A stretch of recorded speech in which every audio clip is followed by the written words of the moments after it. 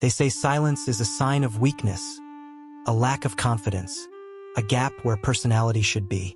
But what if that silence is not emptiness, but depth? What if the quiet person in the group is not disengaged, but overwhelmed, observing, calculating, protecting something fragile inside? In crowded rooms filled with noise, laughter, and constant validation, there exists a different kind of presence, the one that listens more than it speaks, feels more than it shows. Why do some people retreat into silence when surrounded by others? Is it fear, or something far more complex? Tonight, we explore the hidden psychology behind those who stay quiet in groups. Let's begin. In every group, there is always one person who speaks less than the rest. They sit slightly withdrawn, listening more than contributing, their presence soft, almost invisible. And yet, their silence is often the loudest thing about them. People notice it, they label it, they misunderstand it. He's shy. She's awkward. They don't have anything interesting to say. But silence is rarely that simple, because what looks like absence is often presence in its most concentrated form. While conversations flow rapidly, jumping from topic to topic like restless waves, the quiet person is not necessarily disconnected. Instead, they are observing, absorbing, measuring the emotional temperature of the room. Every tone shift, every interruption, every subtle change in expression, it does not go unnoticed. And yet, despite this awareness, they choose not to speak. Why? Is it fear of judgment? Or is it something deeper, something less visible? In a world that rewards loudness, quick wit, and constant expression, silence becomes suspicious. It feels like a gap that needs to be filled, an anomaly that demands explanation. But not all silence comes from emptiness. Some of it comes from overflow, too many thoughts arriving at once, too many interpretations forming simultaneously, too many possible outcomes playing out before a single word is even spoken. So instead of speaking impulsively, they pause. And in that pause, they disappear. Not physically, but socially, because group dynamics rarely wait for stillness. They move forward, rewarding those who keep up with the rhythm. Those who hesitate are often left behind, not because they lack value, but because their timing does not match the pace. This creates a quiet paradox. The more someone observes, the less they speak. And the less they speak, the more they are overlooked. But being overlooked does not mean being empty. In fact, many quiet individuals carry rich internal worlds, layers of thought, emotion, and reflection that remain unseen simply because they are not expressed in real time. And this is where the misunderstanding deepens, because people do not judge what exists, they judge what is visible. So the quiet person becomes a projection screen. Others fill the silence with assumptions, often negative ones, because silence leaves space, and the human mind is uncomfortable with space. It wants certainty, it wants clarity, it wants noise. But what if silence is not something to fix? What if it is something to understand? What if the person who speaks the least is not lacking something, but holding something back? Not out of weakness, but out of complexity. And maybe, just maybe, the quietest person in the room is not absent at all. They are simply speaking in a language the room does not yet know how to hear. Silence rarely begins in the moment.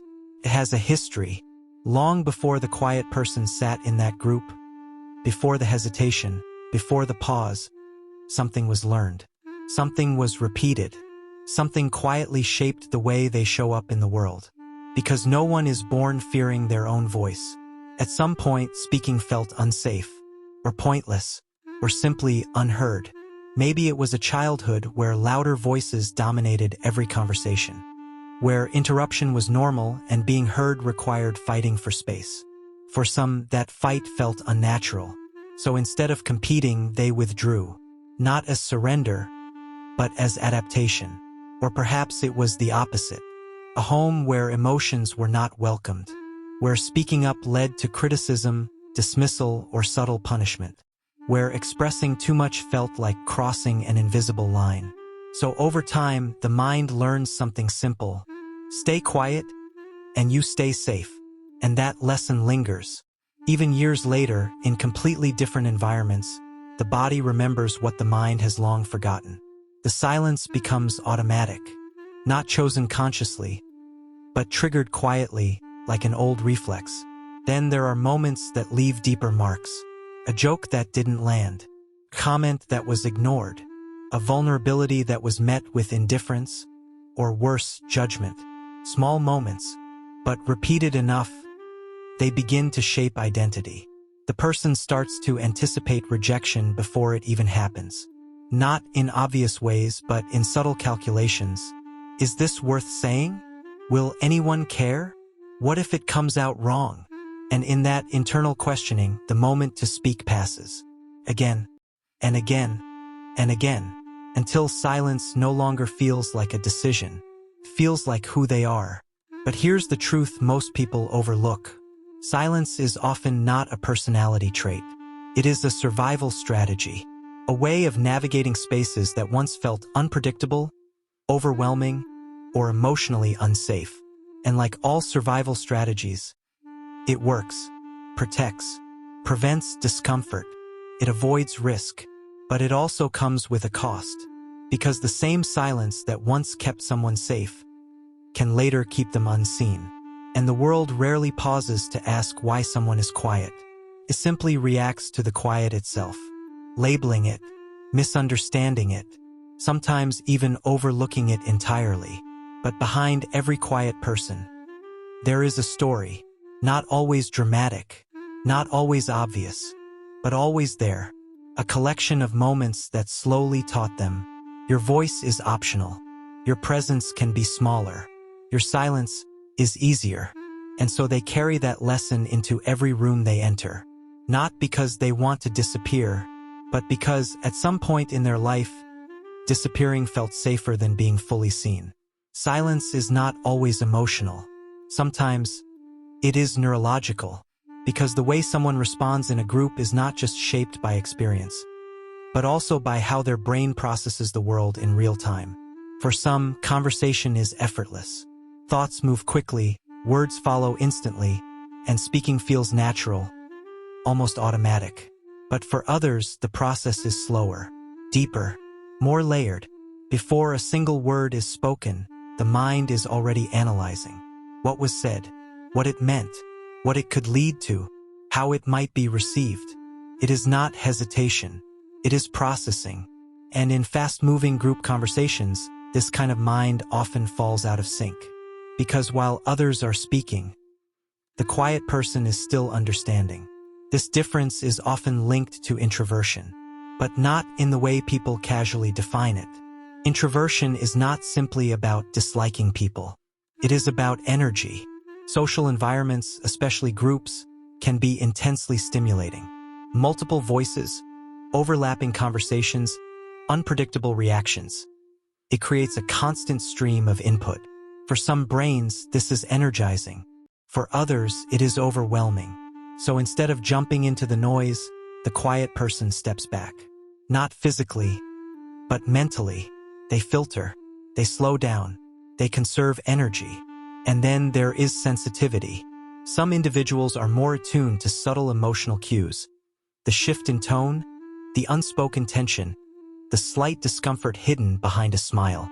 These details, often ignored by others, become impossible to ignore. So before speaking, they consider not just the words, but the emotional impact behind them. Will this change the mood? Will this make someone uncomfortable? Is this the right moment? And in that awareness, spontaneity fades. Silence becomes the safer option, not because they lack something to say, but because they feel too much at once. There is also the concept of cognitive load. Group settings demand rapid thinking, quick responses, and constant adaptation. For some, this is manageable. For others, it creates internal pressure.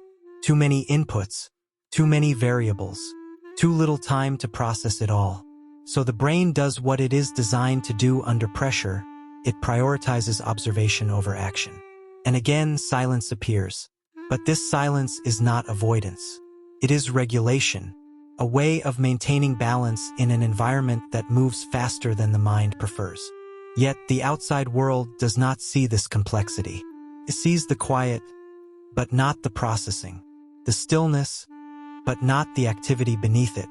And so the misunderstanding continues, because what looks like disengagement is often deep engagement happening quietly beneath the surface. The quiet person is not absent from the conversation. They are simply participating in a different way, one that is slower, more deliberate, and often far more aware than anyone realizes. From the outside, silence looks calm, still, effortless. But inside, it is rarely that quiet, because for many who stay silent in groups, there is a constant negotiation happening beneath the surface. A subtle, exhausting tug of war between expression and restraint. The thought forms, clear, relevant, worth sharing, and for a brief moment, there is intention. I could say something, but almost instantly something else follows. A second voice, quieter, but heavier. Maybe it's not important. What if it sounds stupid? What if no one responds? And just like that, the moment collapses. The thought fades not because it lacked value, but because doubt arrived faster than courage. This is the hidden tension of silence. It is not always a lack of desire to speak. Often, it is the presence of too many reasons not to. So the mind loops. Speak or stay quiet. Join in or observe. Risk exposure or remain safe. And while this internal dialogue unfolds, the conversation outside continues without pause. Someone else speaks. The topic shifts. The window closes. Again. Over time, this repeated hesitation begins to leave a mark. Not just on behavior, but on identity. Because when a person consistently holds back, they start to internalize a subtle belief. Maybe my voice doesn't belong here, not as a dramatic realization, but as a quiet, accumulating feeling. And this is where the emotional cost begins. Silence protects, but it also isolates. You are present yet slightly removed, included yet not fully involved. You hear everything, but contribute nothing. And eventually that distance begins to feel real, not just in the moment, but in how you see yourself within the group. The quiet person starts to expect their own silence. It becomes predictable, familiar, almost inevitable. Even in moments where speaking feels easier, the pattern remains.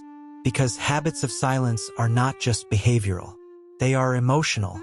And breaking them is not as simple as just speaking up. Because every attempt to speak carries weight. The weight of past hesitation. The weight of imagined judgment. The weight of being seen. And being seen is not always comfortable. Especially for someone who has learned, consciously or not, that visibility comes with risk. So they remain quiet. Not because they have nothing to say, but because saying it feels like stepping into something uncertain, something exposed, something that cannot be taken back once released. And in that quiet restraint, the inner conflict continues, unseen, unspoken, but deeply felt, because silence is not always peace. Sometimes, it is pressure with no outlet. At some point, the silence becomes noticeable, even to the one living inside it.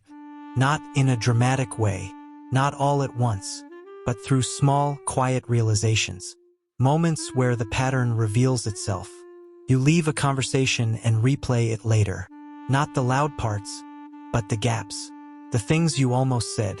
The thoughts that hovered at the edge of your mind but never made it into the world. And a question begins to form. Why didn't I say anything? At first, the answer feels simple. I didn't need to. It wasn't important. I just didn't feel like it.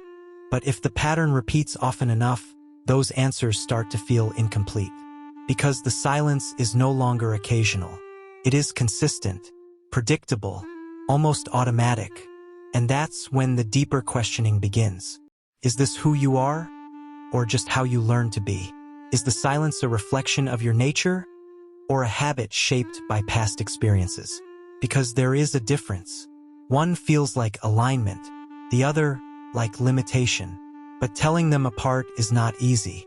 especially when silence has been present for so long that it begins to feel like identity. I'm just a quiet person, a statement that sounds like acceptance, but sometimes hides something else, uncertainty, because deep down, there are moments when the silence doesn't feel natural. Moments where the urge to speak is there, clear and strong, but still held back. And those moments create friction, a quiet discomfort, a sense that something inside is not being expressed, not fully, and so awareness grows. You begin to notice patterns, the environments where you go silent, the types of people who make you withdraw, the thoughts that stop you just before you speak. And with that awareness comes a subtle shift. The silence is no longer invisible.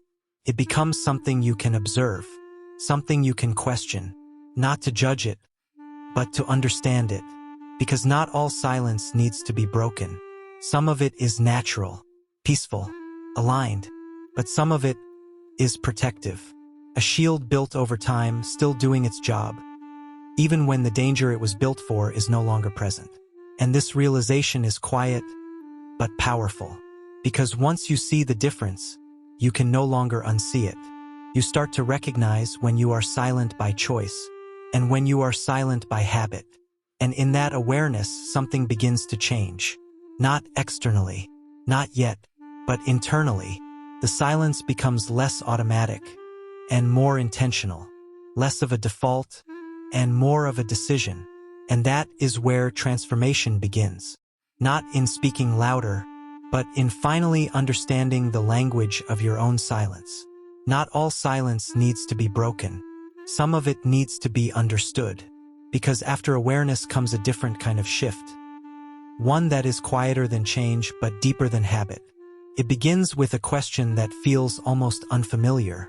What if there is nothing wrong with being quiet? For someone who has spent years being misunderstood, overlooked, or quietly judged, this question can feel disorienting.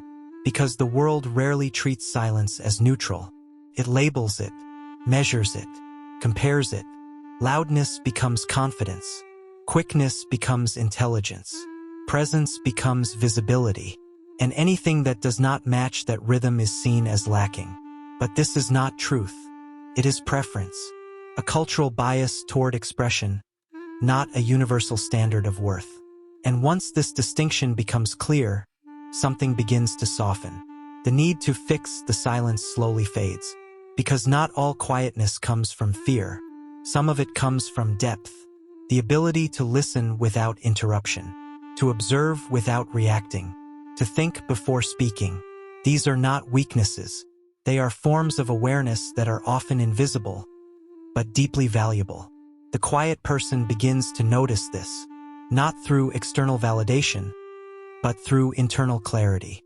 Moments where their observation catches something others missed. Moments where their restraint prevents unnecessary conflict. Moments where their presence, though subtle, feels grounded and real. And gradually the narrative shifts from, I need to speak more, to I understand how I speak. This is integration, not becoming louder, not forcing expression, but allowing silence and voice to coexist without tension. Because true balance is not about replacing silence with sound. It is about choosing when each one belongs. There are moments where silence is honest, where it reflects presence, not absence. And there are moments where speaking becomes necessary, not to prove anything, but to express something real. The difference is intention. When silence is chosen, it feels calm. When silence is automatic, it feels restrictive. And learning that difference changes everything. Because now, the quiet person is no longer reacting. They are responding, not withdrawing out of habit, but engaging in a way that feels aligned. And that alignment removes the quiet pressure that once existed. The pressure to perform, the pressure to match the room, the pressure to be something else. Instead, there is space to speak when it matters, to stay silent when it doesn't. And in that space, silence transforms. It is no longer a limitation. It becomes a form of control, a form of clarity, a quiet kind of strength that does not need to announce itself to exist. because not everything powerful is loud. Some things are steady, unseen, unrushed, and deeply present. In a world that never stops speaking, silence becomes easy to overlook. It does not demand attention. It does not interrupt. It does not compete.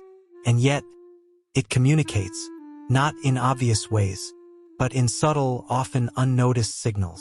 The pause before a response, the steady presence in a chaotic room, the way someone listens fully without waiting to speak. These are not absences. They are expressions, because silence, when understood, is not empty. It is filled with meaning that words often fail to carry. There are things people cannot easily say, thoughts that feel too complex to explain in real time, emotions that do not fit neatly into sentences, and so they remain unspoken, not hidden, just untranslated. The quiet person often lives in that space, where feeling is deeper than language, where observation replaces reaction, where connection is experienced internally, rather than expressed outwardly. And this creates a different kind of communication, one that is slower, more intentional, less visible, but no less real. But the world rarely recognizes this language, because it listens for words, not presence. It rewards expression, not reflection. So silence is often mistaken for distance, when in reality, it can be closeness in its most attentive form. The quiet person may not say much, but they notice everything. They remember the small details others forget. They sense shifts that go unspoken. They understand dynamics that are never directly explained. And this awareness is its own kind of voice, not loud, not immediate, but precise. And when it finally speaks, it often carries weight, because it has been shaped by observation, not impulse. Consider this: how many words are spoken every day without meaning, and how many moments of silence carry everything? A glance, a pause, a shared stillness. These are the spaces where real connection often lives, not in constant talking, but in mutual understanding. And perhaps that is what silence has always been. Not a flaw, not a weakness, but a different way of being present. A language that does not rush, a presence that does not demand. And in a world that is constantly trying to be heard, there is something quietly powerful about those who know how to listen, because they remind something important, that connection is not measured by how much is said, but by how deeply something is felt. If this video made you feel seen, if parts of this reflection felt familiar, if something quiet inside you was touched in a way you couldn't fully explain, then maybe your silence was never something to question. Maybe it was something waiting to be understood. There are many people who move through the world like this, present, aware, but often unnoticed, not because they lack something, but because they carry it differently. And you are not alone in that. If you'd like to stay connected to a space like this, a place where the hidden corners of the human mind and heart are explored with care, you're always welcome here. And if you feel comfortable, you can share your thoughts below. Not because you have to, but because sometimes your words might help someone else feel less alone in their own silence. Until next time, take care of yourself. You deserve gentleness.